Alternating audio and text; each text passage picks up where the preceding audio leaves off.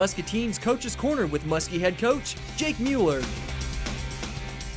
Good morning. Welcome to Coach's Corner, brought to you by the First National Bank of Muscatine. We're glad to be joining you here this morning. In the studio with me this morning, Coach Jake Mueller. How are you this morning, Coach? I'm doing well. Thanks for having me. Well, we're really glad to have you in, as always. And this is the season wrap-up. We had our last game last Friday night against, who did we play? Davenport North. Davenport North, that's right. So we were up at Brady Street Stadium once again for... once again. Yeah, what was that? Third time? Third time. Yeah. And it's a nice stadium up there, especially since the renovations. That was a great time.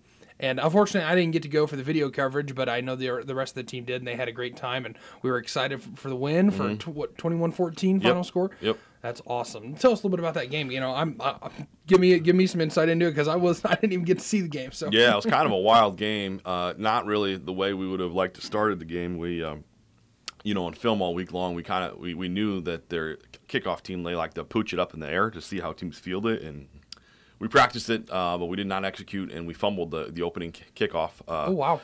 Right away, but then our defense did a great job and forced a punt, but then we fumbled the punt and gave them the ball inside the 10. So right away, we just didn't get off to a very good start. We kind of handed them 7 points, we felt like. But from that point on, we did a really pretty good job. We gave up one big drive defensively after that, but kind of shut them down after that point. And then, so our defense pretty much set the tone for the game. And then offensively, we started to do some good things midway through the second quarter and into the third quarter. And we went into halftime down 14-13. So going into halftime, we were down.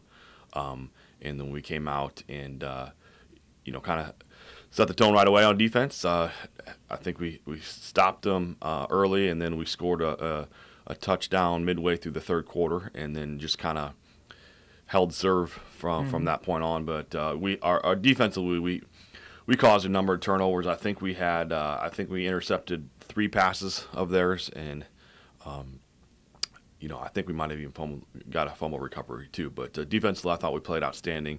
Offensively, we did enough to get by. Probably would have been a little bit better had we not had the turnovers. We fumbled the opening kickoff, fumbled the punt return. We did have an interception as well. So and we fumbled the ball. So not ideal, but kind of says a lot about the character of our team to have some things go against us and still battle back against a good team.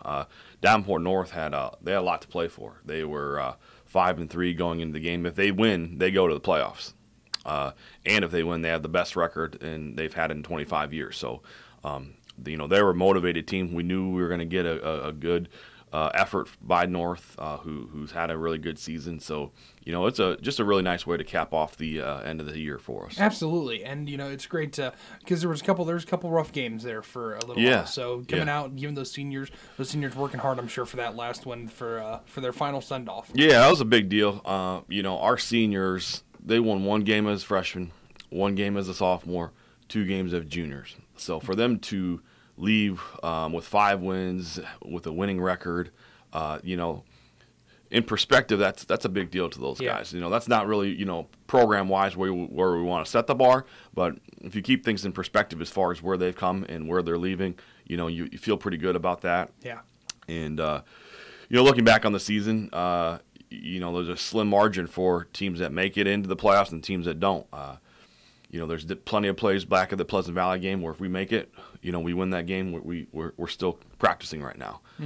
Linn-Mar is a game where we felt like we just didn't put our best foot forward, and so those are things that you can learn from moving forward with a young group that we'll have. We got a lot of kids that were young that got good experience this year, so hopefully they can learn some of those things as we move forward. So, and some of your 23 and Gay and Nimley are both going to be. They're only going to be juniors this next season, aren't they? Yep. Wow. So they're certainly coming through with a lot of experience. Yeah. Eli Gay, he finished the regular season number 3 in the state in receiving yardage and tied for second in receptions across the state in Class 4A. And then Tim Nimley, I think he was 4th in the state in rushing yards. So for those guys to be kind of amongst the state's best already.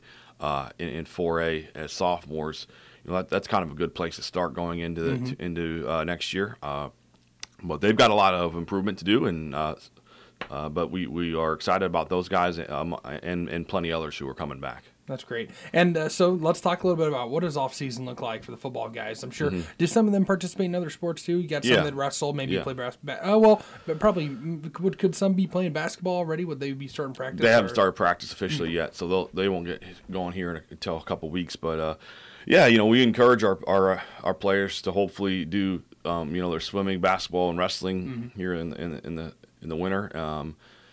All of our kids should be lifting weights with our strength program year-round in our advanced weight strength and conditioning class. So that's just kind of like should be like breathing. Like that's just what you do. Yeah, right. So that's always kind of going on. But here in another 3 to 4 weeks, we'll get the group of kids that of underclassmen who are not going to be out for winter sports. That group of kids, we'll start working with them after school, doing speed and agility and conditioning 3 days a week, probably sometime after Thanksgiving. Gotcha.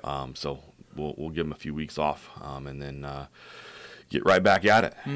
And nice new facility to be doing it in too. Did they get the weights and stuff moved in? The weights still are not in yet, but we're looking forward to getting in there really, really soon. That'll be, that's kind of, that'll be a big deal for this group as they move forward to have that facility, especially the young kids who are going to have it for multiple years to be able to, train and prepare in that facility. That's going to be a really great opportunity. Yeah, we had a lot of fun. We were out there with you at the Van Heck dedication. That was a lot of fun.